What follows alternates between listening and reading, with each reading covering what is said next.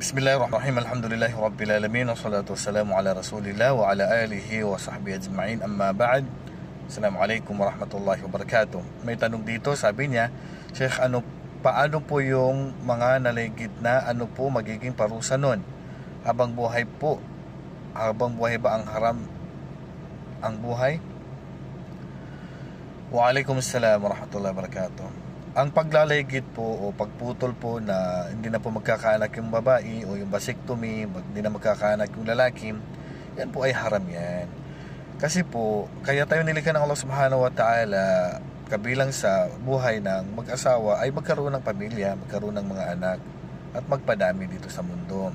At yun yung gusto sa atin din ng propeta sallallahu alaihi wasallam. At isa ito sa mga layunin sa pag-aasawa ay ang pagkakaroon ng mga anak. Pero kung pipigilan mo yan, haram yun siyempre.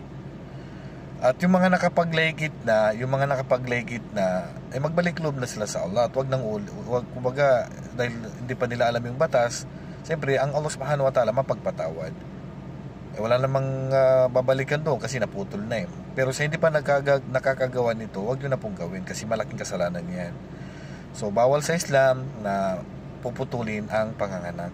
Pwede mag-control kung napagkasunduan, pero hindi pwede putulin mo habang buhay. Wallahu a'lam. Assalamualaikum warahmatullahi wabarakatuh.